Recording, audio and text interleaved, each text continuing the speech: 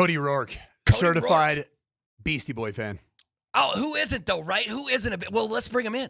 Let's bring him in and ask and see exactly who he is currently listening to. Who's on repeat on Cody Roark's music playlist as we bring in the Broncos beat reporter from Mile High Sports. He is the host of the Locked On Broncos podcast. It is Cody Roark. And Cody, how you doing on this Thursday, my man? Yeah, I'm doing great. We're about ready to head to practice. The weird week, Monday night, always throws the schedule off a little bit in terms of what you're able to see. So Denver's going to be back on the practice field for the first time today. To answer your question, really, honestly, Metallica stays in my playlist. Yeah, that is some old school. Yeah, you're a man after my heart, Cody. I love that. That's about it. Hey, Coach. man, there's something that Mike D's got for you too. Just lean in on little Beastie Boys, man. The boys from Brooklyn, all good. That's not bad, man. I love the Beasties. But I love me some Metallica too. I can't believe they're still touring. When was their first album? Have they been doing it for like 30 years, man? Has it been almost 40 years? Yeah. Ooh. Yeah, they just keep going hard. All right, let's talk a little Cincinnati Bengals. I want to ask you right out the gate about what was posted today on Mile High Sports, and I want you to break down exactly what it means when you say the Broncos offense lacks volume distribution. What do you mean by that?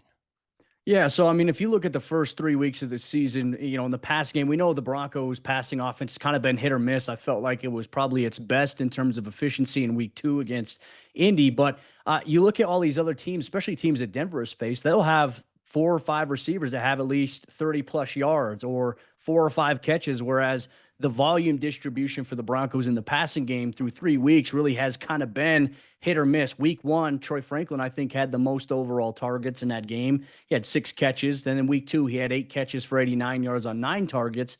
This past week, it was Cortland Sutton with 6 for 118. And then the next leading receiver was R.J. Harvey with 3 catches for 14 yards. So when you have that distribution being one receiver carrying all the production and there's not a lot of consistency elsewhere, it's a little problematic. And I'd say part of that could be to the Broncos' overall lack of a pass-catching tight end, maybe. So how defenses are playing Denver is certainly unique early on here in the season. And you can tell that they're trying to take away Cortland Sutton as their main option. But why not get Pat Bryant more involved? Why not get Marvin Mims more involved? Marvin caught that touchdown in week 2, but only saw 1 target after that. So for me, it's the distribution and the volume spread out amongst all these receivers and pass catchers. It's not good enough to sustain or even help this team even win. Cody, with that being said, Sean Payton is a disciple of the West Coast offense. The Bill Walsh, Don Coryell, Paul Brown, if you go even further back, where pure progressions and what the defense gives you is ultimately going to dictate where the ball ends up going. What do you suggest for a team and a head coach that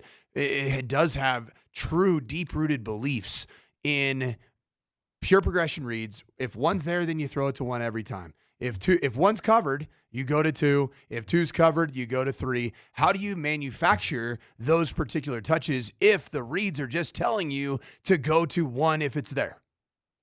Yeah, that's a great question. It depends on how the defense is playing you, and certainly the Broncos through 3 weeks have faced nothing but heavy zone defense. The Chargers, they played in dime most of the game. They played in nickel. They ran a lot of cover 3. They ran a ton of quarters coverage there. So it really is predicated on taking the explosives away here.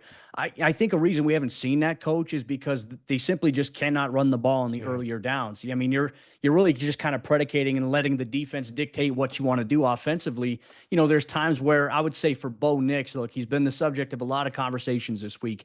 I would say there are times where Bo doesn't trust his mechanics. He gets a little sloppy in it. And then there's times where it's good, and then there's a breakdown in protection. I think a lot of it is, Coach, and I'm curious for your thoughts on this because you watched the film as well.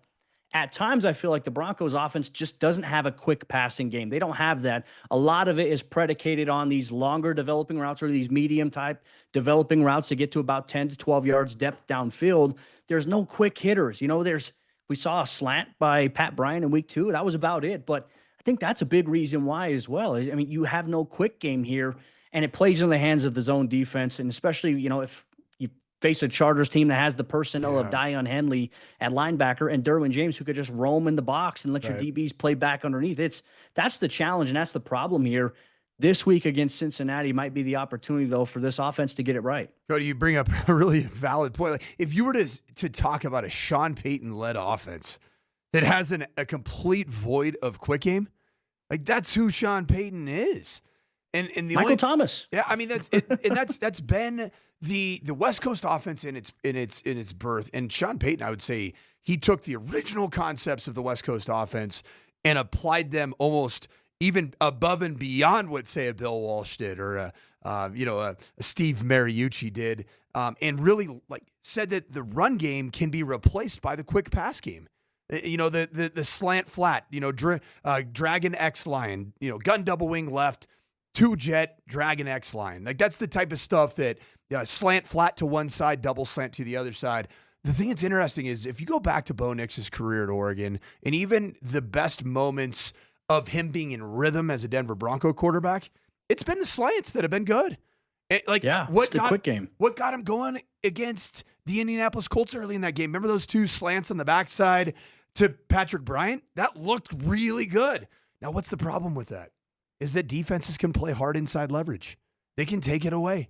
And if you want to take inside leverage away, then, okay, what are you left with? And that's what I am still wondering. On another note, the Bengals are much maligned on the defensive side of the ball, but I think it's a much improved unit with Al Golden running it as opposed to Lou Anarumo. The time ran out there for Anarumo at Cincy, and you just saw him in Indy. But Al Golden changing up this defensive structure, I don't think the defense is nearly as big of a problem as the offensive line for the Bengals. This stat right here blew me away.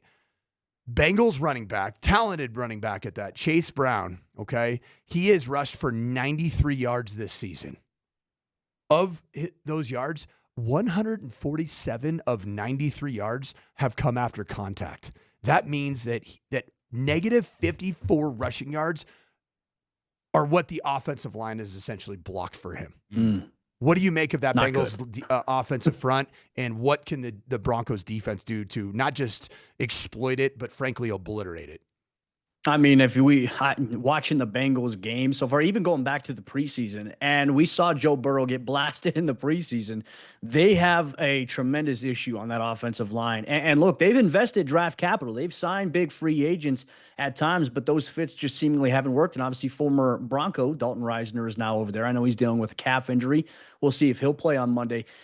They are just getting out physical, lower man wins. We talk about it. This is a very, very good matchup, at least for this Broncos defensive front. I mean, Nick Bonito coming into last week's game, obviously led the NFL in pressures. Joe Alt hadn't previously surrendered. He only had one pressure given up in over 117 offensive snaps.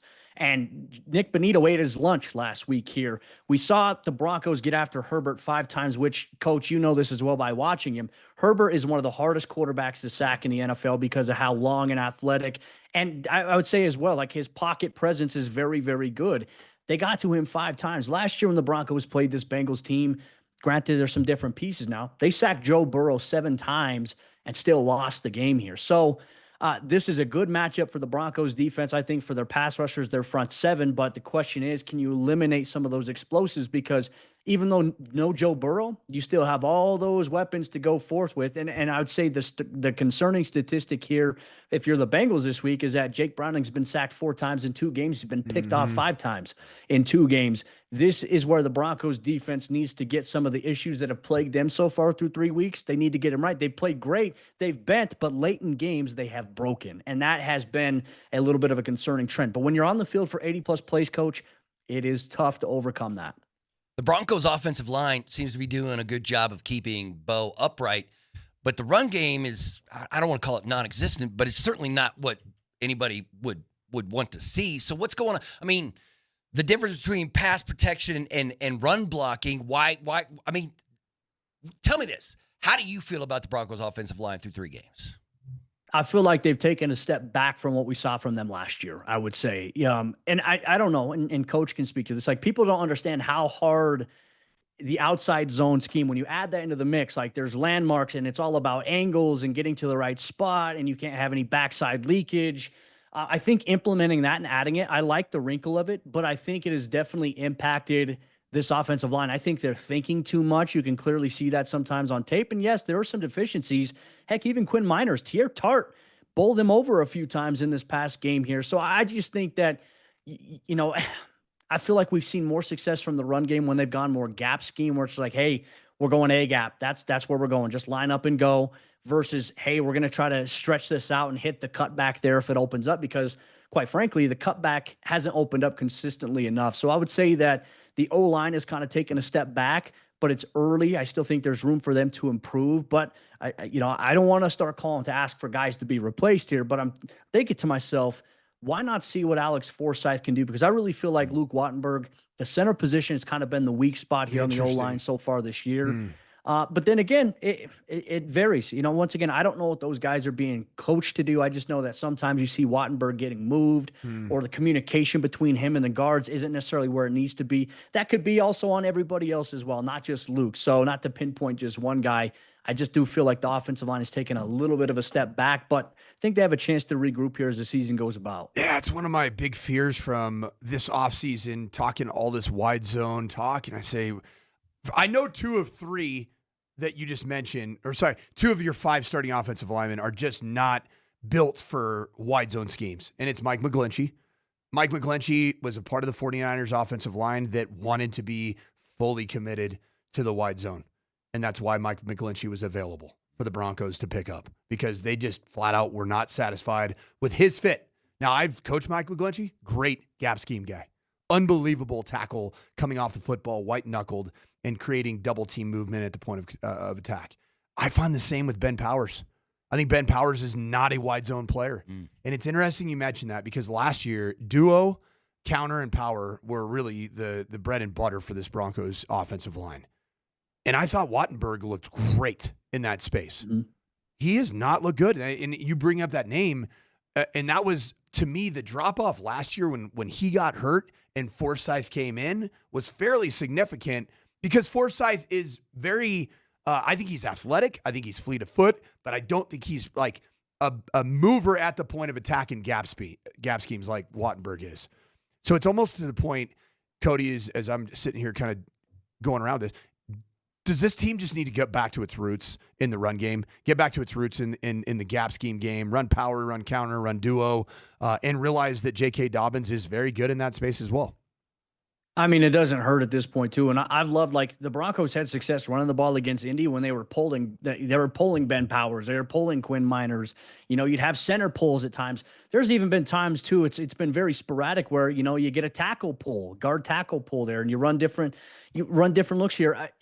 I think that's what you have to ultimately do here. I think that they've tried, and they talked about this in training camp. We're implementing this new outside zone scheme. Well, I mean, they didn't get it going in the preseason. Here we are 3 weeks into the regular season. It hasn't formulated. It has not been successful. At what point, Coach, and you know this by working with guys, at what point do you pull the plug, or do you keep sticking with it for a few more weeks to say, hey, maybe it'll click? That's the fine line that I think Sean Payton and Zach Strief kind of have to come to terms with here, because if the offensive production isn't working, the run game isn't working on first down or second down, and you're finding yourself consistently in 3rd and 10, 3rd and 11, whatever it may be the average for them this past week, that's going to be problematic. This offense is going to regress even further, just because I agree with you. I think you have to have the personnel to be able to do it. And I don't think that Denver has those guys right now. And there's going to be a lot of interesting conversations if that is the story all season long. And then you get into the offseason where now it's like, all right, we got some decisions to make. What changes could they possibly look at? But isn't it the job of the play caller and the head coach in particular to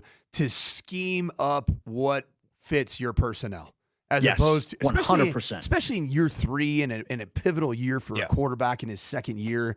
Like, why just make the decision to go square peg round hole? It doesn't quite make sense to me.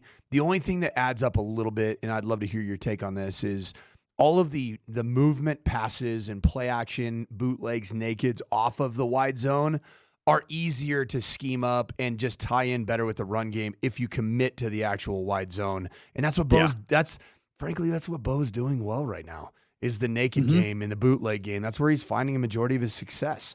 How do you reconcile the fact that your quarterback almost needs those Brock Purdy-esque type throws that tie in with the wide zone, but you're not very good at the actual base scheme? Like, what? That's where I'm at right now. Well, if I'm a defensive end or an outside linebacker or a safety that's lined up kind of outside there, maybe I'm blitzing, maybe I'm just coming down to cover. If I see that Bo is under center, I'm automatically thinking to myself, okay, hey, if it goes away from me, quarterback, counter, reverse, I'm playing the bootleg backside. And it's Yes. like defensive coordinators are doing the same thing. They're telling that guy, hey, just go. Like, you got the lane here. Just go. Get your hands up because something's coming underneath. I think teams have schemed against it pretty well after the first week of preseason. I mean, not the preseason. First week against Tennessee, I thought the Colts tried to play that relatively well. You didn't see too much of that. And so you have to become more than one-dimensional at this point here. Go back to some of the concepts we saw last year, the quick hitters, the gap scheme stuff, because if you can't get the wide zone scheme, I mean, Coach, you're right. Like, why do the things that make it ultimately successful in the passing game if you can't run it, from the run scheme there? That, I think, is where we're seeing this offensive identity or lack thereof really kind of boil over to a point where I think fans are saying, hey, what's going on? Like, Bo's getting a lot of criticism, and luckily he deserves some criticism for how he's performed. I think mechanic-wise, and you've talked about this as well this week, he's abandoning some of his core mechanics because of the things that they're asking this offense to do. And I think a lot of it is he doesn't have consistent trust in the protection as we have currently seen. All right, last question for you, then we'll get you out of here.